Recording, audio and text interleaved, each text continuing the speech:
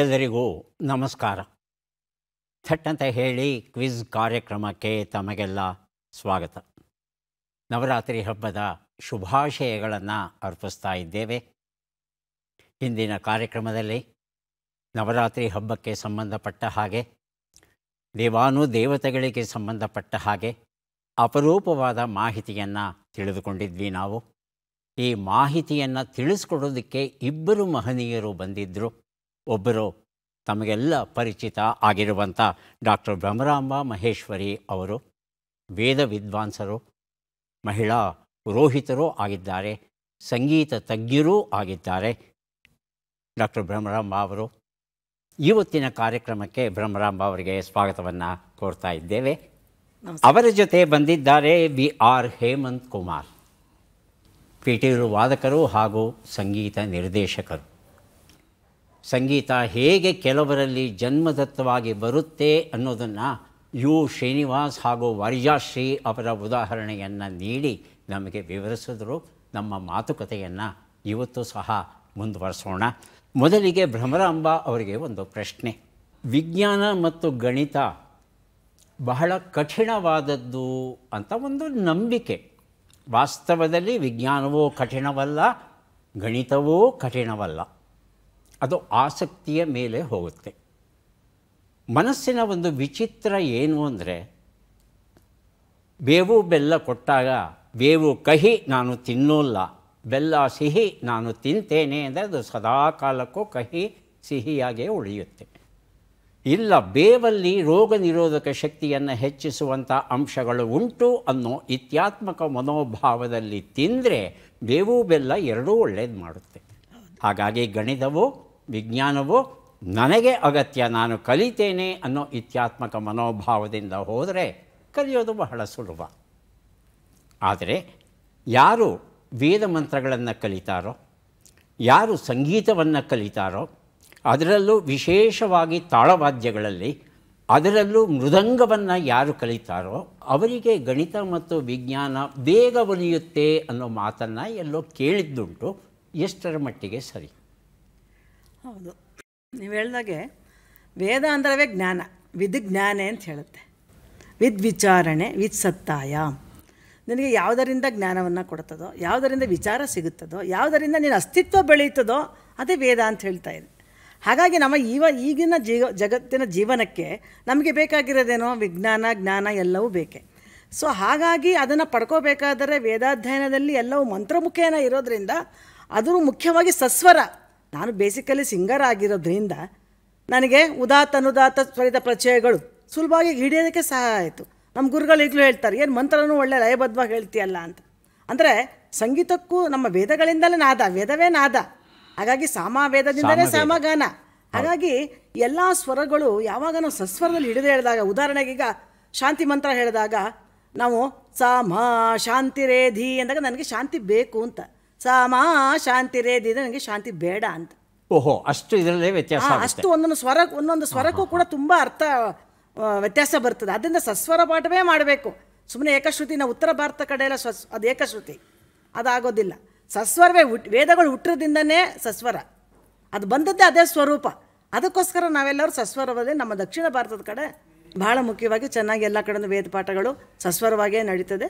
ಅದು ಹೇಳೋದ್ರಿಂದ positive vibrations ಮತ್ತು ನಮ್ಮ ಬಾಡಿಲಿರ್ತಕ್ಕಂಥ ಎಲ್ಲ ಸೆಲ್ಸ್ಗಳು ಓಪನ್ ಆಗ್ತದೆ. ಈಗೆಲ್ಲ ಕ್ಯಾನ್ಸರ್ ಅಂತೆಲ್ಲ ಹೇಳ್ತಾ ಇದ್ದಾರಲ್ಲ, ಯಾಕೆ ಕ್ಯಾನ್ಸರ್ ಬರುತ್ತೆ ಹೇಳಿ? ಆ ಸೆಲ್ಸ್ ಎಲ್ಲ ಡೆಡ್ ಆಗ್ತಾ ಇರೋದ್ರಿಂದ, ಸಂಕುಚಿತ ಮನೋಭಾವನೆ ಬರ್ತಾ ಇರೋದ್ರಿಂದ, ಮನುಷ್ಯ ಅಶಾಂತಿಯಲ್ಲಿ ಇರೋದ್ರಿಂದ ಈ ಎಲ್ಲ ಕಾಯಿಲೆಗಳು ಇವಾಗ ನಮ್ಮ ಕಾಲಕ್ಕಿಂತ ಈಗಿನ ಕಾಲದಲ್ಲಿ ಜಾಸ್ತಿ ಆಗ್ತಾಯಿದೆ. ಕಾರಣ ಇದೇನೆ, ವೇದಾಧ್ಯಯನ ಇಲ್ಲ, ಯಜ್ಞ ಯಾಗಾದಿಗಳಿಲ್ಲ, ಸಂಧ್ಯಾ ವಂದನೆಗಳಿಲ್ಲ, ಶ್ಲೋಕಗಳಿಲ್ಲ, ಸಂಗೀತ ಇಲ್ಲ, ಸಾಹಿತ್ಯ ಇಲ್ಲ. ಎಲ್ಲ ಒಂದು ಮೆಕ್ಯಾನಿಕಲ್ ಜೀವನದಲ್ಲಿ ನಡೆಯುವಾಗ ನಮ್ಮ ಶರೀರದ ಮೇಲೆ ಯಾವ ರೀತಿಯ ಪರಿಣಾಮ ಆಗ್ತದೆ ಅಂತ ನಾವೇ ಪ್ರತ್ಯಕ್ಷವಾಗಿ ಕಾಣ್ತಾ ಇದ್ದೀವಿ. ಈಗ ನಮಗಳಿಗಿದ್ದಷ್ಟು ಆರೋಗ್ಯ ನಮ್ಮ ಮಕ್ಕಳುಗಳಿಗಿಲ್ಲ. ಆ ಒಂದು ಭಾವನೆನ, ಈ ಒಂದು ನೈಜ ಸ್ವರೂಪವನ್ನು ನಾವು ನೋಡ್ತಾ ಇದ್ದೀವಿ. ಸೊ ಹಾಗಾಗಿ ವೇದ ಮಂತ್ರಗಳು ಸಸ್ವರ ಹೇಳೋದ್ರಿಂದ ಎಷ್ಟು ಉಪಯೋಗ ಅನ್ನೋದನ್ನು ಹೇಳೇ ಗೊತ್ತಾಗಬೇಕೇ ವಿನಃ ನಾವು ಸುಮ್ಮನೆ ಬರೀ ಬಾಯಲ್ಲಿ ಹೇಳಿದ್ರೆ ಆಗೋದಿಲ್ಲ. ನಾನು ಕಳೆದ 37 ವರ್ಷಗಳಿಂದ ವೇದಾಧ್ಯಯನ ಮಾಡ್ತಾಯಿದ್ದೀನಿ. ಸೊ ಎಲ್ಲ ಥರ ಜೀವನದಲ್ಲಿ ಮಕ್ಕಳು ಮರಿ ಮೊಮ್ಮಕ್ಕಳೆಲ್ಲವನ್ನು ನೋಡ್ಕೊಂಡು ಬಂದಿರೋಳು. ಸೊ ನಾನು ಯಾವುದೇ ರೀತಿ ವ್ಯತ್ಯಾಸಗಳಾಗಿಲ್ಲ. ಇನ್ನೂ ಕೂಡ ಶಾಂತಿ ಸಮತೆ ನಮ್ಮ ಯಜಮಾನ್ರ ಕೆಲಸ ಹೋದಾಗ ಐಡಿಯಾಸ್ ಯಾವುದಲ್ಲಿ ಕೆಲಸ ಹೋಯ್ತು, ನಾನು ದೊಡ್ಡ ಶ್ರೀಮಂತರ ಮಗಳು, ಜೀವನ ನಡೆಸಬೇಕಾದ್ರೆ ಮನಸ್ಸಿಗೆ ನಿಮ್ಗೆ ಗಾಯತ್ರಿ ಮಂತ್ರ ಹೇಳಬಾರ್ದು, ಉಪನಯನ ಹೆಣ್ಮಕ್ಳಿಗೆ ಮಾಡಬಾರ್ದು, ಎಲ್ರಿದೆ, ಎಲ್ಲ ಇದೆ, ಎಲ್ಲೂ ಇಲ್ಲ, ಎಲ್ಲ ನಾವು ಮಾಡ್ಕೊಂಬಂದಿರೋದು. ಇವತ್ತು ಸ್ತ್ರೀಯರು ಎಲ್ಲ ಕ್ಷೇತ್ರದಲ್ಲೂ ಸರಿಯಾದ ಕಾರ್ಯವನ್ನು ನಿರ್ವಹಣೆ ಮಾಡ್ತಾ ಇರುವಾಗ ಯಾಕೆ ಆಧ್ಯಾತ್ಮ ಕ್ಷೇತ್ರ ಆಗಲಿ, ವೇದಾಧ್ಯಯನವಾಗಲಿ, ಪೌರೋಹಿತ್ಯ ಕ್ಷೇತ್ರವಾಗಲಿ ಯಾಕೆ ಮಾಡಬಾರ್ದು? ಇದೆಲ್ಲ ನಮ್ಗೆ ಈಚೆಗೆ ಮಾಡ್ಕೊಂಬಂದಿರೋದೇ ವಿನಃ ಯಾವುದಕ್ಕೆ ಇದಕ್ಕೆ ರುಜುವಾತಿಲ್ಲ, ಪುರಾವೆಗಳಿಲ್ಲ, ಇದಕ್ಕೆ ಸರಿಯಾದ ಯೋಗ್ಯತೆಯೇ ಅಧಿಕಾರ ಅಂತ ಹೇಳ್ತದೆ ವೇದಗಳು. ಅದರಿಂದ ಮಂತ್ರವನ್ನು ನಾನು ಪುರೋಹಿತಲಾಗಬೇಕು ಅಂತೇನು ಬಂದವಳಲ್ಲ, ಆ ನಂತರದಲ್ಲಿ ಅದು ತನ್ನಷ್ಟಕ್ಕೆ ತಾನೇ ತೆರೆದುಕೊಂತ ದಾರಿ. ಹಾಗಾಗಿ ಮಾಡಬೇಕು. ಸ್ತ್ರೀಯರಿಗೆ ಸರಿಯಾದ ಮಾಹಿತಿಯನ್ನು ಕೊಡಬೇಕಾದರೆ ಪೌರೋಹಿತ್ಯ ಕ್ಷೇತ್ರ ಅಂತ ನಾನು ಆರಿಸ್ಕೊಂಡೆ. ಎಲ್ಲ ಸಂಸ್ಕಾರಗಳು ತಾವೊಂದು ಹೇಳಿದ್ರೀಗ ಹೆಣ್ಣು ಮಕ್ಕಳು ಪ್ರವೇಶ ಮಾಡದೇ ಇರುವಂಥ ಕ್ಷೇತ್ರ ಯಾವುದೂ ಇಲ್ಲ, ಪೌರೋಹಿತ್ಯ ಕ್ಷೇತ್ರಕ್ಕೂ ಬಂದಿದ್ದೇವೆ ಅಂತ. ಹೌದು. ಒಂದು ಪುಟ್ಟ ಅನುಮಾನ ನನ್ನಲ್ಲಿ ಉಂಟು. ಶ್ರಾದ್ದವನ್ನು ಮಾಡುವ ಅಧಿಕಾರ ಕೇವಲ ಗಂಡು ಮಕ್ಕಳಿಗೆ, ಹೆಣ್ಣು ಮಕ್ಕಳಿಗೆ ಇಲ್ಲ ಅನ್ನೋದನ್ನು ಅನೂಚಾನವಾಗಿ ನೋಡ್ಕೊಂಡು ಬರ್ತಾ ಇದ್ದೇವೆ. ಗಂಡು ಮಗ ಹುಟ್ಟಲಿಲ್ಲ ಅಂದರೆ ಅದೆಂಥದೋ ಪ್ಲುತ ಅನ್ನೋ ನರಕ ಏನೋ ಇದೆ, ಆ ನರಕಕ್ಕೆ ಹೋಗ್ತಾರೆ. ಹಾಗಾಗಿ ಗಂಡು ಮಕ್ಕಳು ಬೇಕೇ ಬೇಕು, ಹೆಣ್ಣು ಮಕ್ಕಳು ಏನಿದ್ರೂ ದ್ವಿತೀಯ ದರ್ಜೆಯ ಪ್ರಜೆ, ಹೀಗೆಲ್ಲ ನಡ್ಕೊಂಡು ಬಂದಿದ್ದೇವೆ ನಾವು. ಖಂಡಿತ ಸರ್, ಖಂಡಿತ.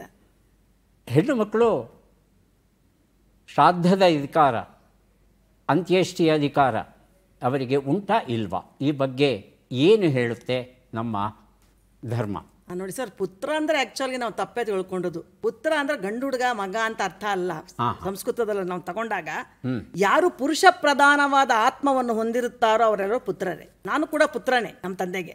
ನನ್ನ ಶರೀರ ಹೆಣ್ಣಾಗಿದೆ ಅಷ್ಟೇ ವಿನ ಯಾವ ಒಂದು ವಿಚಾರದಲ್ಲಿ, ಆಚಾರದಲ್ಲಿ ನಾವು ಗಂಡು ಮಕ್ಕಳಿಗಿಂತ ಕಮ್ಮಿ ಇದ್ದೀವಿ ನೋಡಬೇಕಾಗ್ತದೆ. ಹಿಂದಿನ ವಾತಾವರಣದಲ್ಲಿ ಹೆಣ್ಮಕ್ಳಿಗೆ ಅಷ್ಟು ಮನಸ್ಥೈರ್ಯ ಇರ್ತಿರಲಿಲ್ಲ.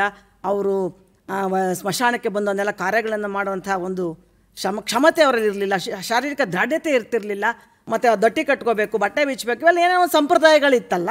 ಸೊ ಅದನ್ನೆಲ್ಲ ಮಾಡೋದಕ್ಕೆ ಆಗೋದಿಲ್ಲ. ಅವ್ರು ಬಸರಿ ಆಗಿರ್ಬೋದು, ಮಣಂತಿ ಆಗಿರ್ಬೋದು, ಮಕ್ಕಳ ಕಾಲು ಕುಡಿಸ್ತಾ ಇರ್ಬೋದು, ಅವರ ಸಾಂಸಾರಿಕ ನಿರ್ವಹಣೆ ಇರ್ಬೋದು. ಹಾಗಾಗಿ ಅವರು ಬರೋದಕ್ಕೆ ಬೇಡ ಅಂತ ಹೇಳಿದ್ರೆ ವಿನಃ ಅವ್ರು ಮಾಡಬಾರ್ದು ಅಂತ ಎಲ್ಲಿದೆ ಸರ್? ಅದು ಯಾವ ವೇದಗಳಲ್ಲಿ ಹೇಳಿದೆ? ವೇದಗಳಲ್ಲಿ ಶ್ರಾದ್ದ ಮಂತ್ರಗಳೇ ಇಲ್ಲ, ಶ್ರಾದ್ದವೇ ಇಲ್ಲ. ಶ್ರದ್ಧೆಯಾಮ್ ಯತ್ಕ್ರಿಯತೆ ತಚ್ಶ್ರಾದ್ದ ಅಂತ. ಇರೋರಿಗೆ ಮಾಡುವುದು ಶ್ರಾದ್ದ. ಈ ಮೊನ್ನೆ ತಾನು ಪ್ರತಿಪಕ್ಷ ಮಾಡಿದ್ವಿ ನಾವೆಲ್ಲರೂ ಅದನ್ನೇ ದಿವಸ. ಅದು ವೇದ ಹೇಳುತ್ತೆ, ಸಾಕ್ಷಾತ್ತಾಗಿ ಇರುವಾಗ ಅವ್ರಿಗೆ ಚೆನ್ನಾಗಿ ನೋಡ್ಕೊಳ್ಳೋದೇ ಶ್ರಾದ್ರಪ್ಪ, ಪ್ರೀತಿಯಿಂದ ಮಾಡೋದೇ ತರ್ಪಣ. ಯಾಕೆ ಅಂದರೆ ನಮ್ಮ ದೊಡ್ಡವರು ನಮ್ಗೆ ಇಷ್ಟೆಲ್ಲ ಜೀವನ ಕೊಟ್ಟಿದ್ದಾರೆ, ಶರೀರ ಕೊಟ್ಟಿದ್ದಾರೆ, ಜ್ಞಾನ ಕೊಟ್ಟಿದ್ದಾರೆ, ಆಸ್ತಿ ಕೊಟ್ಟಿದ್ದಾರೆ. ಅವರನ್ನೆಲ್ಲ ನೆನೆಸಿ ವರ್ಷಕ್ಕೊಂದ್ಸದಿನ ಅವ್ರಿಗೆ ಶ್ರದ್ಧಾಪೂರ್ವಕವಾಗಿ ಅವ್ರನ್ನ ನಮ್ಮ ಸ್ಮರಿಸ್ಕೋ ಅಂತ ಅಷ್ಟೇ ವಿನಃ ನಾವು ಕೊಡುವ ವಿಚಾರದಿಂದ ಅವ್ರು ಹೋಗಿ ಪುಣ್ಯಕ್ಕೆ ಸೇರ್ತಾರೆ, ಸ್ವರ್ಗಕ್ಕೆ ಸೇರ್ತಾರೆ, ನರಕಕ್ಕೆ ಸೇರ್ತಾರೆ, ಇವೆಲ್ಲ ಕಾಲ್ಪನಿಕ. ವೇದಗಳು ನಮಗೆ ಕಂಡು ಬರೋದಿಲ್ಲ. ನಾನು ಯಾರಿಗೂ ವಿರೋಧಿ ಅಲ್ಲ. ನಾನು ವೇದವನ್ನು ಓದಿರೋದ್ರಿಂದ ವೇದಗಳಲ್ಲಿ ಏನು ಹೇಳುತ್ತೋ ಅಷ್ಟನ್ನು ಮಾತ್ರ ನಾನು ಇಲ್ಲಿ ಮಾತಾಡಲಿಕ್ಕೆ ಇಷ್ಟಪಡ್ತೀನಿ. ಅದರಿಂದ ವೇದಗಳೆಲ್ಲೂ ಕೂಡ ಶ್ರಾದ್ದ ಮಂತ್ರಗಳಿಲ್ಲ. ಮೊದಲಿಗೆ ಇದರಲ್ಲಿ ಹೆಣ್ಮಕ್ಳು ಗಂಡು ಮಕ್ಳು, ನಾನು ತುಂಬ ಹೆಣ್ಮಕ್ಳಿಗೆ ನಾನು ಇವತ್ತು ಗಂಡು ಮಕ್ಳಿಲ್ಲಿರೋಂಥ ಎಷ್ಟೋ ಜನ ತಂದೆ ತಾಯಿಗಳಿಗೆ ನಾನು ಇವತ್ತು ಮಾಡಿಸಿದ್ದೀನಿ ಶ್ರಾದ್ದ. ಅದರ ಕೆಲವು ಯಾವುದು ಅದು ವೈಜ್ಞಾನಿಕ ಅಂದರೆ ವೈದಿಕ ಕಾರ್ಯ, ಯಾವುದು ಪೌರಾಣಿಕ ಕಾರ್ಯ, ಅದನ್ನು ಕೂಡ ಹೇಳಿ ಮಾಡಿಸಿದ್ದೀನಿ. ಹಾಗಾಗಿ ಹೆಣ್ಣು ಗಂಡು ಎಲ್ಲವೂ ಕೂಡ ಯಾವುದೇ ಭೇದಗಳನ್ನು ಶರೀರದಿಂದ ಕಾಣಬೇಕೇ ವಿನ ಆತ್ಮದಿಂದ ಯಾವುದೂ ಇಲ್ಲ. ಇದು ವೇದಗಳಲ್ಲಿಲ್ಲ. ನಾವು ಬೇಕಾದಷ್ಟು ಮಾಡಿಸಿದ್ದೀವಿ. ನನಗೂ ಕೂಡ ಇಬ್ಬರು ಹೆಣ್ಮಕ್ಳೇ, ಮುಂದೆ ಅವ್ರಿಗೂ ಹೇಳಿದ್ದೀನಿ ಸಾಕ್ಷಾತ್ತಾಗಿ ನೀವೇ ನನ್ನ ಕಾರ್ಯಗಳನ್ನೆಲ್ಲ ಮಾಡಬೇಕು ಅಂತ. ಬಹಳ ಒಳ್ಳೆಯ ಒಳನೋಟವನ್ನು ಕೊಟ್ಟರೆ ತಾವು ಹೇಮಂತ್ ಕುಮಾರ್ ಅವರೇ. ಹಿಂದಿನ ನಮ್ಮ ಕಾರ್ಯಕ್ರಮದಲ್ಲಿ ಮಾತುಕತೆ ಆಡ್ತಾ ನಾವು ಜನ್ಮದತ್ತ ಪ್ರತಿಭೆ, ಹುಟ್ಟಿನಿಂದ ಬರುವಂಥ ಪ್ರತಿಭೆ, ಸಂಸ್ಕಾರ, ಇದು ಬಹಳ ಮುಖ್ಯ ಸಂಗೀತಗಾರರಿಗೆ. ವಾರಿಜಾಶ್ರೀ ಅವರಿಗೆ ಮತ್ತು ನಮ್ಮ ಯು ಶ್ರೀನಿವಾಸ್ ಅವರು ಚಿಕ್ಕ ಮಗು ಆಗಿರಬೇಕಾದ್ರೆ ಆ ರಾಗಗಳನ್ನು ಗುರುತಿಸುವ ಶಕ್ತಿ ಇತ್ತು. ಹಾಗಾಗಿ ಅವರಿಗೆ ಪೂರ್ವ ಸಂಸ್ಕಾರ ಇರಲೇಬೇಕು ಅನ್ನೋ ಒಂದು ಮಾತುಕತೆಯನ್ನು ನಾವು ಆಡಿದ್ವಿ.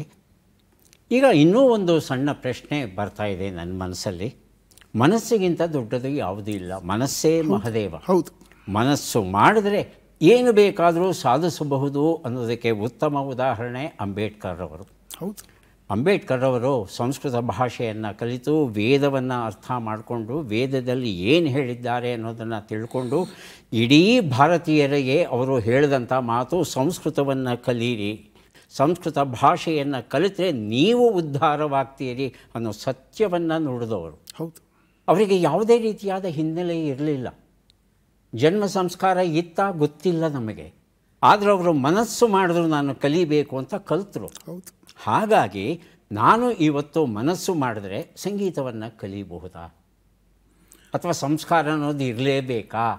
ಈ ರೀತಿಯಾದ ಅನುಮಾನ ಕೆಲವು ಸಲ ನಮ್ಮ ನೋಡುಗರಲ್ಲಿ ಬರಬಹುದು. ಹಾಗಾಗಿ ಇದರ ಆಳ ಮತ್ತು ವಿಸ್ತಾರ ದಯವಿಟ್ಟು ತಿಳಿಸ್ಬೇಕು. ಏನಂದರೆ ನನಗೆ ತಿಳಿದ ಮಟ್ಟಕ್ಕೆ ಅಷ್ಟೇ. ನಾನು ಬಹಳ ಚಿಕ್ಕವನು ಈ ವಿಚಾರದಲ್ಲಿ. ತಾವು ಹೇಳಿದಂಥ ಒಂದು ಪ್ರಶ್ನೆಗೆ ಉತ್ತರ ಕೊಡೋಷ್ಟು ಯೋಗ್ಯತೆ ನನಗೆ ಅಷ್ಟೊಂದು ಇಲ್ಲ. ಆದರೂ ನನ್ನ ಅನುಭವದಲ್ಲಿ ನಾನು ಇದ್ದದ್ದನ್ನು ನಾನು ಹಂಚ್ಕೋತೀನಿ. ಇದರಲ್ಲಿ ಸಂಸ್ಕಾರ ಅನ್ನೋದೇ ಬೇಕು ಅಥವಾ ಸಂಸ್ಕಾರ ಇಲ್ಲದೇ ಇರೋವನಿಗೆ ಸಂಗೀತ ಬರೋದಿಲ್ಲ, ಶುದ್ಧ ಸುಳ್ಳು. ಯಾರು ಪ್ರತಿಭೆ ಮೊದಲು ಮನಸ್ಸು ಮಾಡಿ ನಾನು ಅಭ್ಯಾಸ ಮಾಡೋನು ಯಾರು ಇರ್ತಾನೋ ಅವನು ಖಂಡಿತವಾಗ್ಲೂ 100ಕ್ಕೆ 100 ತಗೊಳ್ತಾನೆ. ಅವನು ಎತ್ತರದ ಒಬ್ಬ ಕಲಾವಿದನ ಆಗೇ ಆಗ್ತಾನೆ. ಬೇಕಾಗಿರೋದೇನು ಗೊತ್ತಾ, ತಪ್ಪಿಸ್ಕೊಂಡು ಪ್ರಾಕ್ಟೀಸ್ ಮಾಡಿದೆ ಗೊತ್ತಾಯ್ತಾ, ಅಲ್ಲಿ ಇಲ್ಲಿ ಆಟ ಆಡಿಕೊಂಡು ನನಗೆ ಬರಲಿಲ್ಲ ಅಂತ ಹೇಳಿದ್ರೆ ಅದು ತಪ್ಪು ಅವ್ರದ್ದು ಆಗ್ತದೆ. ನೀನು ಎಷ್ಟು ಅದರ ಮೇಲೆ ಶ್ರದ್ಧೆ ವಹಿಸ್ತೀರಾ, ನೀವು ಯಾವುದನ್ನೇ ತೊಗೊಳ್ಳಿ, ನೀವು ಒಂದು ಸತಿ ತಿಕ್ಕಿ ಅದು ಪಾಲಿಶ್ ಆಗೇ ಆಗುತ್ತೆ. 100% ಬರುತ್ತೆ. ಸಂಗೀತ ಯಾವುದೇ ನೀವು ಫ್ಲೂಟ್ ಕಲಿಬೋದು, ಸಿತಾರ್ ಕಲಿಬೋದು, ಅಥವಾ ವೈಲಿನ್ ಕಲಿಬೋದು, ತಬಲಾ ಕಲಿಬೋದು, ಮೃದಂಗಮ್ ಕಲಿಬೋದು, ಏನು ಬೇಕಾದರೂ ಕಲಿಬೋದು. ಬೇಕಾಗಿರೋದು ಏನಂತಂದರೆ ನಿಮ್ಮ ಮನಸ್ಥಿತಿ, ನಾನು ಅಭ್ಯಾಸ ಮಾಡಬೇಕು, ಇದನ್ನು ತಗೊಳ್ಬೇಕು ಅನ್ನೋ ಒಂದು ಮನಸ್ಸಿನ ಒಂದು ಇದನ್ನು ನಿರ್ಧಾರ ಮಾಡಿ ಪ್ರಾಕ್ಟೀಸ್ ಮಾಡಬೇಕು. ಆದರೆ ಏನಾಗುತ್ತೆ ಗೊತ್ತಾ, ಇವತ್ತಿನ ಒಂದು ಜನ್ರೇಷನ್ನಲ್ಲಿ ಆ ಸ್ಕೂಲ್ಗಳಲ್ಲಿ ಆ ಟೀಚರ್ ಕೊಡೋವಂಥ ಹೋಮ್ವರ್ಕು, ಇವ್ರು ಕೊಡೋ ಹೋಮ್ವರ್ಕು, ಆ ಮಗು ಸ್ಕೂಲಿಂದ ಮನೆಗೆ ಬರ್ತಿದ್ದಂಗೆನೇ ಪಾಪ ಇರೋ ಒಂದು ನೋಡಿ, ಬೆಳಗ್ಗೆ ಆ ಮಗು ಕೊನೆ ಪಕ್ಷ 6 ಗಂಟೆಗೆ ಎದ್ದೇಳುತ್ತೆ.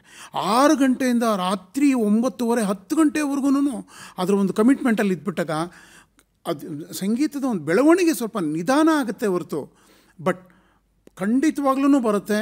ಈ ಒಂದು ವಿಚಾರದಲ್ಲಿ ನೀವು ಕೊನೆ ಪಕ್ಷ ಒಂದು ದಿವಸಕ್ಕೆ ನೀವು 4 ಗಂಟೆ 5 ಗಂಟೆಗಳ ಕಾಲ ನೀವು ಅಭ್ಯಾಸಕ್ಕೋಸ್ಕರ ಕೊಡಿ ಸರ್. ಕರ್ನಾಟಕದಲ್ಲಿ ದಿ ಬೆಸ್ಟ್ ಕಲಾವಿದರಾಗಿ ಖಂಡಿತ ಈಚೆ ಬರ್ತೀರಾ, ಗೊತ್ತಾಯ್ತಾ. ಇನ್ನು 8-10 ಗಂಟೆಗಳ ಕಾಲ ಪ್ರಾಕ್ಟೀಸ್ ಮಾಡಿದ್ರೆ ಮೈಸೂರು ಮಂಜುನಾಥ್, ನಾಗರಾಜ್ ನೀವೇ ನೋಡ್ತಾ ಇದ್ದೀರಾ ಕಣ್ಣಲ್ಲಿ, ಗೊತ್ತಾಯ್ತಾ. ವರ್ಲ್ಡ್ ಫೇಮಸಲ್ಲಿ ಆ ಒಂದು ಲೆವೆಲಿನ ಒಂದು ಎತ್ತರದ ಒಂದು ಅಭ್ಯಾಸ ಮಾಡಿದ್ರೆ ಖಂಡಿತ ಪ್ರಪಂಚದಲ್ಲಿ ದೊಡ್ಡ ವ್ಯಕ್ತಿಯಾಗಿ ಬರ್ತಾರೆ, ಎಲ್ಲರೂ ಬರ್ಬೋದು. ಈಗ ಇಬ್ಬರಿಗೂ ಒಂದು ಪ್ರಶ್ನೆಯನ್ನು ಕೇಳ್ತಾ ಇದ್ದೇನೆ. 60 ವರ್ಷ ಆಗ್ತಾ ಇದ್ದ ಹಾಗೆ ಅರಳು ಮರಳು ಅನ್ನೋದು ಒಂದು ಗಾದೆ. ಆದರೆ ಬೇಂದ್ರೆಯವರು ಹೇಳ್ತಾರೆ ಮರಳಿ ಅರಳುವ ಕಾಲ ಅದು ಅಂತ. ಸತ್ಯವಾದ ವಿಜ್ಞಾನ ಏನು ಹೇಳುತ್ತೆ ಅಂದರೆ 35 ವರ್ಷ ಆಗ್ತಾ ಇದ್ದ ಹಾಗೆ ಮಿದುಳಿನ ಚಟುವಟಿಕೆ ಕ್ರಮೇಣ ಕಡಿಮೆಯಾಗ್ತಾ ಹೋಗುತ್ತೆ ಅಂತ ಹೇಳ್ತಾ ಒಂದು ಸತ್ಯವನ್ನು ಹೇಳ್ತಾರೆ. ಮಿದುಳಿಗೆ ಕೆಲಸ ಕೊಡಲಿಲ್ಲ ಅಂದರೆ ಕೆಲಸ ಇಲ್ಲದಿರೋ ಮಗ ಅವನು ಆರಾಮಾಗಿ ನಿದ್ರೆ ಹೊಡಿತಾನೆ ಅನ್ನೋ ಲೆಕ್ಕಕ್ಕೆ ಮಿದುಳಿನ ನರಕೋಶಗಳಿಗೆ ಸವಾಲು ಕೊಡಬೇಕು. ಹಾಗಾಗಿ 35 ವರ್ಷ ಆಗ್ತಾ ಇದ್ದ ಹಾಗೆ ಅದುವರೆಗೂ ನೀವು ಕಲಿದೇ ಇರ್ತಕ್ಕಂಥ ಒಂದು ಹೊಸ ವಿದ್ಯೆ, ಅದು ಹೊಸ ಭಾಷೆ ಕಲಿಯೋದು ಆಗಿರ್ಬೋದು, ಅಥವಾ ಸಂಗೀತ ಆಗಿರಬಹುದು, ಅಥವಾ ವೇದ ಮಂತ್ರಗಳು ಆಗಿರಬಹುದು, ಚಿತ್ರಕಲೆ ಆಗಿರಬಹುದು, ನೃತ್ಯ ಆಗಿರಬಹುದು, ಕಾದಂಬರಿ ಆಗಿರಬಹುದು. ನಮ್ಮ MK ಇಂದಿರಾ ಅಂತೂ 60 ವರ್ಷಗಳಾದ ಮೇಲೆ ಕಾದಂಬರಿ ಬರೆಯೋಕ್ಕೆ ಶುರು ಮಾಡ್ತಾರೆ. ಅಲ್ಲಿವರೆಗೂ ಬರೆದಿಲ್ಲ ಆಕೆ. ಆದರೆ ಎಂತಹ ಅದ್ಭುತವಾದ ಕಾದಂಬರಿಗಳನ್ನು ನಮಗೆ ಕೊಟ್ಟಿದ್ದಾರೆ ಅಂದರೆ ಅವರ ಸದಾನಂದ, ತುಂಗಭದ್ರ ಇವೆಲ್ಲ ಓದ್ತಾ ಇದ್ದರೆ ಕಳೆದು ಹೋಗ್ತೇವೆ ನಾವು. ಅಷ್ಟು ಸೊಗಸಾದ ಕಾದಂಬರಿಯನ್ನು ಬರೆಯೋಕ್ಕೆ ಸಾಧ್ಯವಾಯಿತು 60ರ ನಂತರ. ಹಾಗಾಗಿ ಈ 60ರ ಆಸುಪಾಸಲ್ಲಿ ಇರುವಂಥ ಅಥವಾ 50ರ ಹತ್ತಿರಕ್ಕೆ ಬಂದಂಥ ಜನಕ್ಕೆ ಅವರ ಮಿದುಳು ಸದಾ ಕಾಲಕ್ಕೂ ಸಕ್ರಿಯವಾಗಿ ಇರೋದಕ್ಕೆ ಈ ವೇದ ಮಂತ್ರಗಳು ಎಷ್ಟರ ಮಟ್ಟಿಗೆ ಸಹಾಯ ಆಗಬಹುದು? ದಯವಿಟ್ಟು ಒಂದು ಒಳನೋಟ ಕೊಡಬೇಕು. ಖಂಡಿತ ಸರ್. ನೋಡಿ, ವೇದ ಮಂತ್ರಗಳು ನಾನು ಆವಾಗಲೇ ಹೇಳ್ದಂಗೆ ಎಲ್ಲ ಸಸ್ವರದಲ್ಲಿ ಇರೋದ್ರಿಂದ ಪ್ರತಿಯೊಂದು ಕೂಡ ನಾವು ಜ್ಞಾಪಕ ಇಟ್ಕೊಂಡು ಹೇಳಬೇಕು. ಉರು ಹೊಡೆಯೋಕ್ಕಾಗಲ್ಲ. ಇದೆಲ್ಲ ಗುರು ಪರಂಪರೆಯಿಂದ ಬಂದಿರತಕ್ಕಂಥ ವಿದ್ಯೆ. ಅವಾಗೆಲ್ಲ ಲಿಪಿಗಳು ಇರ್ತಿರ್ಲಿಲ್ಲ. ನಮಗೂ ಕೂಡ ಇವತ್ತು ಮಾಡಿದ ಪಾಠವನ್ನು ನಾಳೆ ನಾವು ಗಟ್ಟು ಮಾಡೇನೆ ಅಂದರೆ ಅದನ್ನು ಬಾಯ್ಪಾಠ ಮಾಡೇ ಬಂದು ನಾಳೆ ಒಪ್ಪಿಸ್ಬೇಕಾಗಿತ್ತು. ಇವತ್ತೆಲ್ಲ ನಾನೇ ಎಲ್ಲ ರೆಕಾರ್ಡ್ ಮಾಡಿಕೊಡ್ತೀನಿ, ಅವ್ರಿಗೆ ಲಿರಿಕ್ಸ್ ಕೊಡ್ತೀನಿ, ಎಲ್ಲ ಪುಸ್ತಕಗಳು ಕೊಡ್ತೀನಿ, ಓದ್ತಾರೆ. ಆದರೆ ನಿಜವಾಗಿಯೂ ಕೂಡ ಅದನ್ನು ನೆನಪಲ್ಲಿ ಇಟ್ಕೊಂಡು ಏನು ಗುರುಗಳು ಪಾಠ ಮಾಡ್ತಾರೆ ಅದನ್ನು ನೆನಪಲ್ಲಿ ಇಟ್ಕೊಂಡು ನಾವು ಅದನ್ನು ಅಭ್ಯಾಸ ಮಾಡಿ ತಪ್ಪಿಲ್ಲದಾಗೆ ಅಲ್ಪ ಪ್ರಾಣ ಮಹಾಪ್ರಾಣಗಳ ಜೊತೆಗೆ ಎಲ್ಲವನ್ನು ಕರೆಕ್ಟಾಗಿ ನಾವು ಪ್ರಾಕ್ಟೀಸ್ ಮಾಡೋದ್ರಿಂದ ಏನಾಗುತ್ತೆ, ನಮ್ಮ ನೆನಪಿನ ಶಕ್ತಿ ಜಾಸ್ತಿ ಆಗ್ತಾ ಹೋಗ್ತದೆ. ಮತ್ತು ಇನ್ನೇನು ಗೊತ್ತಾ, ಇನ್ನೊಂದು ಏನಕ್ಕೆ ನೆನಪಿನ ಶಕ್ತಿ ಕಮ್ಮಿ ಆಗೋದು ಅಂದರೆ ನಮಗೆ ಬೇಡದಿರೋ ವಿಚಾರಗಳು ಹೆಚ್ಚಿಗೆ ನಮ್ಮ ಬ್ರೈನಲ್ಲಿ ಇದ್ದಾಗಲೇ ಅಂತ ನಮಗೆ ತೊಂದರೆ ಕೊಡೋದು. ಯಾವಾಗ ನಾವು ಈ ಒಂದು ಪರಿಪಾಠದಲ್ಲಿ ಇರ್ತೇವೆ ನಮಗೆ ಗೊತ್ತಿಲ್ಲದೇ ಇರೋಂಗೆ ಬೇರೆ ವಿಷಯಗಳೇ ಬರೋದಿಲ್ಲ. ನನ್ನ ಜೀವನದಲ್ಲಿ 37 ವರ್ಷಗಳ ಸಾಧನೆಯನ್ನು ನಾನು ಹೇಳ್ತಾ ಇದ್ದೀನಿ. ಹಿಂದೆ ಇದ್ದ ಮಹೇಶ್ವರಿಗೂ ಈಗಿದ್ದ ಮಹೇಶ್ವರಿಗೂ ನೋಡ್ರವ್ರಿಗೆ ಗೊತ್ತಾಗುತ್ತೆ ಎಷ್ಟು ಮಟ್ಟಿಗೆ ನಾವು ಸಾಂಸಾರಿಕ ಜೀವನದಲ್ಲಿ ಚೆನ್ನಾಗಿದ್ದು ಶಾಂತಿ ಸಮಾನದಲ್ಲಿದ್ದು ಸಾಮಾಜಿಕವಾಗಿಯೂ ಕೂಡ ಸಮಾಜಮುಖಿಯಾಗಿ ಏನು ಕೆಲಸ ಮಾಡ್ಬೋದು, ಇದಕ್ಕೆಲ್ಲ ಸಮಯ ಎಲ್ಲಿ, ಶಕ್ತಿ ಎಲ್ಲಿ? ಎಲ್ಲರೂ ಹೇಳ್ತಾರೆ ಐ ಆಮ್ 65. ಈ ವಯಸ್ಸಲ್ಲೂ ಕೂಡ ನೀವು ಇಷ್ಟು ಪಾಠಗಳನ್ನು ಮಾಡೋ ಜೊತೆಗೆ ಇಷ್ಟು ಚಿಂತನೆಗಳನ್ನು ಇಟ್ಕೊಂಡು ಇವತ್ತು ಹೆಣ್ಮಕ್ಳಿಗೆ ಪ್ರೋತ್ಸಾಹ ಕೊಡ್ತಾ ಇದ್ದೀವಿ. ಇಷ್ಟು ನೆನಪಿದೆ, ಅವತ್ತು ಮಾಡಿದ ಪಾಠ ಇವತ್ತಿಗೂ ಬಾಯ್ಪಾಠ ಇದೆ. ಎಲ್ಲ ಎಲ್ಲಿಂದ ಬಂತು ಸರ್ ಇದು? ಇದು ನಮ್ಮ ವೇದ ಪಾಠಗಳ ಅಧ್ಯಯನ ಸಸ್ವರಗಳನ್ನು ಮಾಡ್ತಾ ಇರೋದ್ರಿಂದ. ಇವಾಗೆಲ್ಲ 60 ವರ್ಷಕ್ಕೆ ರಿಟೈರ್ಮೆಂಟ್ ಕೊಟ್ಬಿಡ್ತಾರೆ, ಮನೇಲೂ ರಿಟೈರ್ಮೆಂಟ್ ಒಂಥರದಲ್ಲಿ ಆಗ್ಬಿಡ್ತೀವಿ. ಏನು ಮಾಡಬೇಕು ಮುಂದಿನ ಜೀವನವನ್ನು, ಯಾವ ರೀತಿ ಕಳಿಬೇಕು, ಅದಕ್ಕೆ ಶಾಂತಿ ಮಾಡೋದು. 60 ವರ್ಷ ಷಷ್ಠಾಬ್ದಿ ಯಾಕೆ ಮಾಡ್ತಾರೆ ಅಂದರೆ ಎಲ್ರಿಗೂ ಸಿಗೋದಿಲ್ಲ ಒಳ್ಳೆಯ ಆಯಸ್ಸು, ಒಳ್ಳೆಯ ಜೀವನ. ಅದು ಒಳ್ಳೆಯ ದೇವರ ಕೃಪೆ ಸಿಗಬೇಕಾದ್ರೆ ನಮಗೆ ನಾವು ಪುಣ್ಯ ಮಾಡಿರಬೇಕು. ಆಗ ಇಷ್ಟು 60 ವರ್ಷಗಳನ್ನು ಕಳೆದಿದ್ದೀವಲ್ಲ, ಬ್ರಹ್ಮಚರ್ಯಾಶ್ರಮ ಆಯಿತು, ಗೃಹಸ್ಥಾಶ್ರಮ ಆಯಿತು, ಇನ್ನು ಉಳಿದಿರೋದು ಯಾವುದು ವಾನಪ್ರಸ್ಥಾಶ್ರಮ ಹಾಗೂ ಸನ್ಯಾಸಾಶ್ರಮ. What about 2 other ashramas? ಅದ್ರಲ್ಲಿ ಏನು ಮಾಡ್ಬೇಕು ನಾವು? ನಮ್ಮ ಕರ್ತವ್ಯ ಎರಡೇನೋ ಆಯಿತು, ಪಾಸ್ ಆಫ್ ಫೇಲೋ ನಮ್ಮ ನೋಡ್ಕೊಂಡು ಬರೋಣ. But what about next? ಮುಂದೆ ಜನ್ಮಕ್ಕೆ ಹೋಗೋಂಥ ಸ್ಟೆಪ್ಸ್ ಅದು. ಒಳ್ಳೆ ವಿಚಾರಯುಕ್ತ ಕಳಿಬೇಕಾಗ್ತದೆ ನಾವು. ಹಾಗಾಗಿ ಸಮಾಧಾನವಾಗಿರ್ಬೇಕಾಗಿರ್ತದೆ, ಎಲ್ರಿಗೂ ಸಹಕಾರ ಕೊಡಬೇಕಾಗತ್ತೆ, ಎಲ್ಲರಿಂದ ಸಹಕಾರ ಪಡ್ಕೋಬೇಕಾಗತ್ತೆ. ಅದರಿಂದ ನಾವೀಗೆಲ್ಲ ಇರಬೇಕಾದಾಗ ನಮಗೇನು ಮುಖ್ಯ ಹೇಳಿ? ಶಾಂತಿ, ಸಮಾಧಾನ, ಶ್ರದ್ಧಾ, ಭಕ್ತಿ. ಮೇಡಮ್ ಅವರೇ, ಒಂದು ಇಲ್ಲಿ ನಾನು ಕೇಳಬೇಕು. ಘನಪಾಠ ತತ್ವ ಇದೆ, ಮರೆವು ಅನ್ನೋದು ಹತ್ತಿರಕ್ಕೇ ಬರಬಾರ್ದು ಅನ್ನೋದಾದರೆ ಈ ಘನಪಾಠ ತತ್ವದಲ್ಲಿ ವೇದ ಮಂತ್ರಗಳನ್ನು ಕಲಿಬೇಕು ಅಂತಾರೆ. ಏನದು? ಘನಪಾಠವನ್ನು ಕಲಿತವರನ್ನು ಘನಪಾಠಿಗಳು ಅಂತ ಹೇಳ್ತಾರಂತೆ. ಹೌದು. ಏನು ಇದರ ಹೂರಣ? ನೋಡಿ, ವೇದಪಾಠ ಹೇಳುವ ವಿಚಾರದಲ್ಲಿ 11 ರೀತಿಯ ಪದ್ಧತಿ ಬರ್ತದೆ. ಅದರಲ್ಲಿ 11 ಪದ್ಧತಿಗಳನ್ನು ಈಗ ಯಾರೂ ಮಾಡ್ತಾ ಇಲ್ಲ. ಘನಪಾಠಿಗಳಂದರೆ ಲಾಸ್ಟಿಗೆ ಬಂದುಬಿಟ್ಟಿದ್ದಾರೆ 5. ಒಂದು ಪದ, ಕ್ರಮ, ಜಟ, ಘನ, ಹೀಗೆ ಹೋಗ್ತಾ ಇರ್ತದೆ. ಕಡೆ ಪಕ್ಷ 5, 1 2 2 1 1 2 1 2 3 3 2 1 1 2 3 4 4 3 2 1 1 2 3 4 5 5 4 3 2 1. ಇದು ಘನಪಾಠ. ನಮ್ಮ ವಿದ್ಯಾರ್ಥಿಗಳಿಗೆ ಪರಿಚಯ ಮಾಡಿಕೊಡ್ಬೇಕು ಈ ಘನಪಾಠ ತತ್ವವನ್ನು. ಇದನ್ನ ನಾವು ಓದಿದೆಲ್ಲ ಮರ್ತೋಗುತ್ತೆ ಅಂತಾರೆ ಹುಡುಗರು. ಖಂಡಿತ ಮರೆಯಲಿಕ್ಕೆ ಸಾಧ್ಯವಿಲ್ಲ ಸರ್. ಬೇಕಾದದ್ದು ಘನಪಾಠ ತತ್ವ. ಹೌದೌದು. ತುಂಬ ಸಂತೋಷವಾಯಿತು. ಈಗ ಒಂದು ಹಾಡನ್ನು ಕೇಳಿಬಿಡೋಣ ಹೇಮಂತ್ ಕುಮಾರ್ ಅವರಿಂದ. ಅಯ್ಯೋ, ವೈಲಿನ್ ಕೊಟ್ಟರೆ ನುಡಿಸು ಅಂತಂದರೆ ನಾನು ನುಡಿಸ್ಬೋದು. ಒಬ್ಬ ಮ್ಯೂಸಿಕ್ ಡೈರೆಕ್ಟರ್, ಪರವಾಗಿಲ್ಲ, ಎಷ್ಟು ಹಾಡು ಬರುತ್ತೋ, ಯಾಕಂದರೆ ಎಷ್ಟು ಸಂಗೀತ ನಿರ್ದೇಶನ ಮಾಡಿದ್ದೀರಿ ಅಂದರೆ. ಅದೇ, ಒಬ್ಬ ಮ್ಯೂಸಿಕ್ ಡೈರೆಕ್ಟ್ರು ಇನ್ನೊಬ್ಬರನ್ನ ಹಾಡಿಸಿ ರೂಢಿ ನನಗೆ ಹೊರತು ಈಗ ನಾವು ನಿಮಗೆ ಹಾಡಿಸ್ತಾ ಇದ್ದೀವಿ.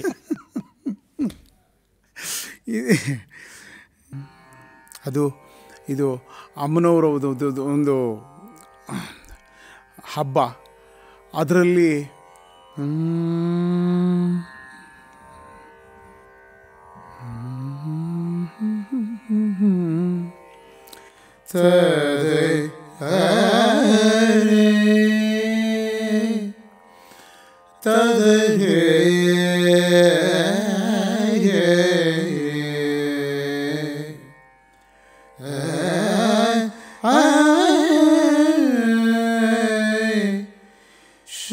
श्रीचक्रराज सिंहासनेश्वरी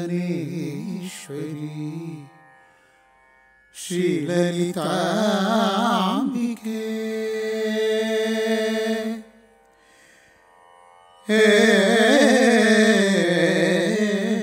श्रीचक्रराज सिंहासनेश्वरी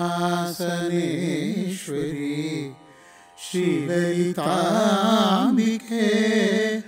भुवनेश्वरी आगमवेद कलामय रूपिणी आगमवेद कलामय रूपिणी अखिल चराचर राजराजेश्वरी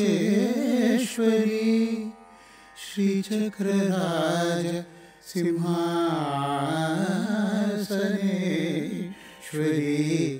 श्रीललिताम्बिके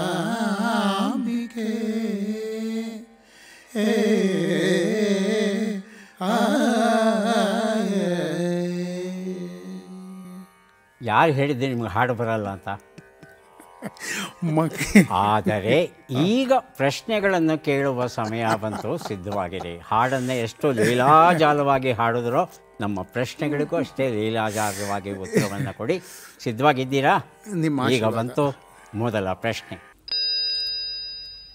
ದೇವಿ ಭಾಗವತ ಪುರಾಣದ 9ನೇ ಅಧ್ಯಾಯದಲ್ಲಿ ವರ್ಣಿತಳಾಗಿರುವ ಈ ವಿದ್ಯಾದಿ ದೇವತೆಯನ್ನು ಗುರುತಿಸಿ ಚಿತ್ರವನ್ನು ನೋಡೋಣ.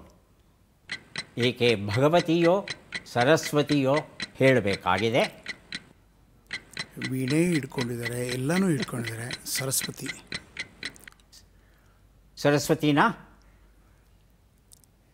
ಸರಸ್ವತಿ ಅಂದರೆ ಮುಂದಿನ ಪ್ರಶ್ನೆಗೆ ಹೋಗ್ತೇವೆ. ಅಧ್ಯಾಯದಲ್ಲಿ ವರ್ಣಿತಳಾಗಿರುವ ವಿದ್ಯಾಧಿದೇವತೆ. ವಿದ್ಯಾಧಿದೇವತೆ, ಹೌದು, ಸರಸ್ವತಿ. ಮುಂದಿನ ಪ್ರಶ್ನೆ. ದೇವಿ ಭಾಗವತ ಪುರಾಣದ 9ನೆಯ ಅಧ್ಯಾಯದಲ್ಲಿ ವರ್ಣಿತಳಾಗಿರುವ ಪ್ರೇಮದ ಪ್ರತೀಕ ಹಾಗೂ ಗೋಲೋಕದ ಒಡತಿಯನ್ನು ಗುರುತಿಸಬೇಕು. ಚಿತ್ರವನ್ನು ನೋಡೋಣ. ಅದು ಹೆಸರು ಗೊತ್ತಾಗಲಿಲ್ಲ ನನಗೆ. ಅದು ಕೊಡ್ತೇನೆ, ಆಯ್ಕೆಗಳನ್ನು ಕೊಡ್ತೇನೆ. ಆಯ್ಕೆಗಳಿವೆ. ರಾಧಾ, ರುಕ್ಮಿಣಿ. ರಾಧೆಯೋ ರುಕ್ಮಿಣಿಯೋ ಗೋಲೋಕದ ಒಡತಿ. ಭೂಲೋಕದ, ಓಕೆ, ಗೋವಿನ ಲೋಕ, ಗೋಲೋಕ ಅಂದರೆ ಭೂಲೋಕ. ರುಕ್ಮಿಣಿ. ರುಕ್ಮಿಣಿ. ರುಕ್ಮಿಣಿ. ಮುಂದಿನ ಪ್ರಶ್ನೆ. ದೇವಿ ಭಾಗವತ ಪುರಾಣದ 9ನೆಯ ಅಧ್ಯಾಯದಲ್ಲಿ ವರ್ಣಿತಳಾಗಿರುವ ಗಾಯತ್ರಿ ಮಂತ್ರದ ಅಧಿದೇವತೆಯನ್ನು ಗುರುತಿಸಿ ಚಿತ್ರವನ್ನು ನೋಡೋಣ.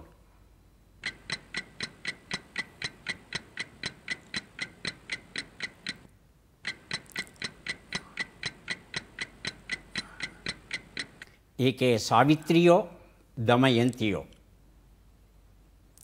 ದಮಯಂತಿ ಇಲ್ಲ. ಗಾಯತ್ರಿ ಮಂತ್ರದ ಅಧಿದೇವತೆ ಸಾವಿತ್ರಿ. ಸಾವಿತ್ರಿ. ಮುಂದಿನ ಪ್ರಶ್ನೆ.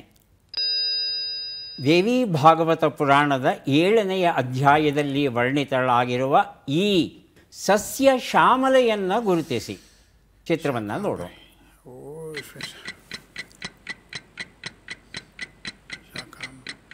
ಶಾಕಾಂಬರಿ ದೇವಿ.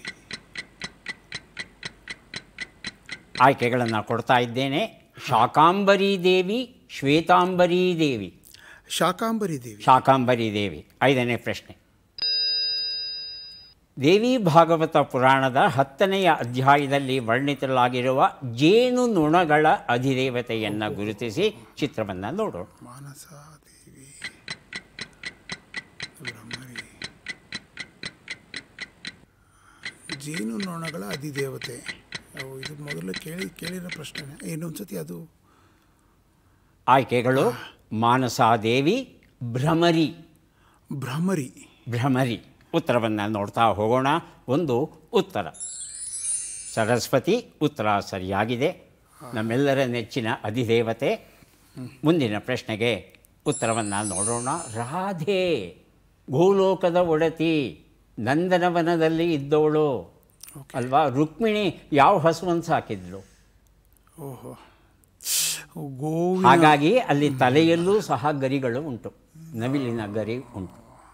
ಆಕೆ ರಾಧೆ ಆಗಿದ್ಲು. ರಾಧೆಯ ವರ್ಣನೆ ಉಂಟು ಬಹಳ ಚೆನ್ನಾಗಿ.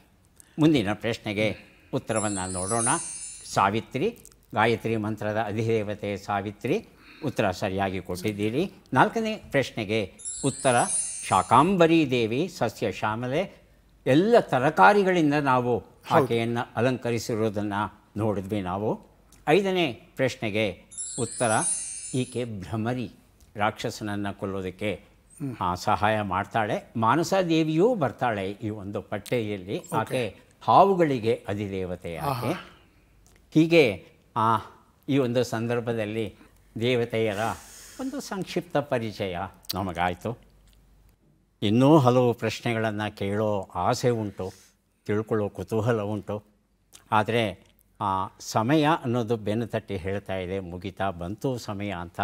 ಹಾಗಾಗಿ ಡಾಕ್ಟರ್ ಭ್ರಮರಾಂಬ ಮಹೇಶ್ವರಿ ಅವರಿಂದ ಒಂದು ವೇದ ಪಠನವನ್ನು ಕೇಳಿ ಇವತ್ತಿನ ಕಾರ್ಯಕ್ರಮವನ್ನು ಮುಗಿಸ್ತಾ ಇದ್ದೇವೆ.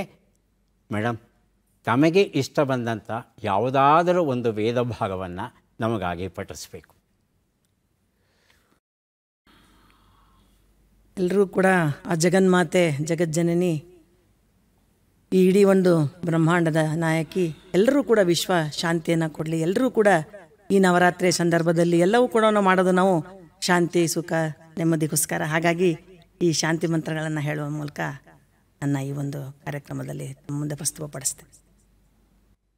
ಓಂ ತಚ್ಛಯೋರಾವೃಣೀಮಹೇ ಗಾತುಂ ಯಜ್ಞಾಯ ಗಾತುಂ ಯಜ್ಞಪತಯೇ ದೈವೀ ಸ್ವಸ್ತಿರಸ್ತು ನಃ ಸ್ವಸ್ತಿರ್ಮಾನುಷೇಭ್ಯಃ ಊರ್ಧ್ವಂಜಿಗಾತು ಭೇಷಜಂ ಶನ್ನೋ ಅಸ್ತು ದ್ವಿಪದೇ ಶಂಚಶುಷ್ಪದೇ ಓಂ ಭದ್ರಂ ಕರ್ಣೇಭಿಃ ಶೃಣುಯಾಮ ದೇವಾಃ ಭದ್ರಂ ಪಶ್ಯೇ ಮಾಕ್ಷಭಿರ್ಗಜತ್ರಾಃ ಸ್ಥಿರೈರಂಗೈಃ ಸ್ತುಷ್ಟ್ವಾಗುಂಸಸ್ತನೂಭಿಃ वेशेम देवगितयेदायुः स्वस्ति न इन्द्रो वृद्धश्रवाः स्वस्ति नः पूषा विश्ववेदाः स्वस्ति नस्तार्क्ष्यो अरिष्टनेमिः स्वस्ति नो बृहस्पतिर्दधातु ॐ नमः शम्भवाय च मयो भवाय च नमः शङ्कराय च महेश्वराय च नमः शिवाय च शिवतराय च ॐ पूर्णमदः पूर्णमिदं पूर्णात् पूर्णमुदच्यते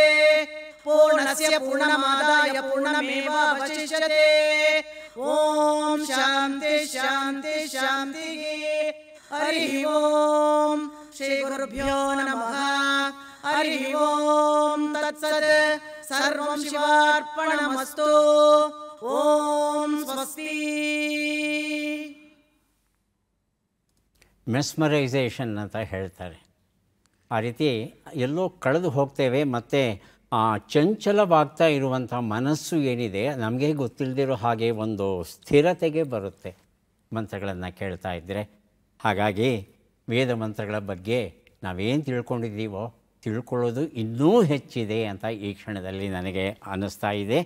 ಈಗ ಪುಸ್ತಕಗಳನ್ನು ಕೊಡುವಂಥ ಒಂದು ಶುಭ ಕೆಲಸ ನನ್ನ ಪಾಲಿಗೆ ಉಳಿತಿದೆ. ದಯವಿಟ್ಟು ಪುಸ್ತಕಗಳನ್ನು ಸ್ವೀಕರಿಸಿ. ಡಾಕ್ಟರ್ ಭ್ರಮರಾಂಬ ಅವರಿಗೆ ಪುಸ್ತಕಗಳನ್ನು ಕೊಡೋದಕ್ಕೆ ನನಗಂತೂ ಬಹಳ ಸಂತೋಷವಾಗ್ತಾ ಇದೆ. ದಯವಿಟ್ಟು ಸ್ವೀಕರಿಸಿ. ಹಾಗೆಯೇ ಒಂದು ವಿಶೇಷ ಪುಸ್ತಕ VC 100ರ ನೆನಪು, ಈ ಪುಸ್ತಕವನ್ನು ತಮಗೆ ಕೊಟ್ಟಿದ್ದೇವೆ. ಹೇಮಂತ್ ಕುಮಾರ್ ತಮಗೂ ಸಹ ಪುಸ್ತಕಗಳನ್ನು ಕೊಡೋದಕ್ಕೆ ನಮಗಷ್ಟೇ ಸಂತೋಷವಾಗ್ತಾ ಇದೆ. ದಯವಿಟ್ಟು ಸ್ವೀಕರಿಸಿ.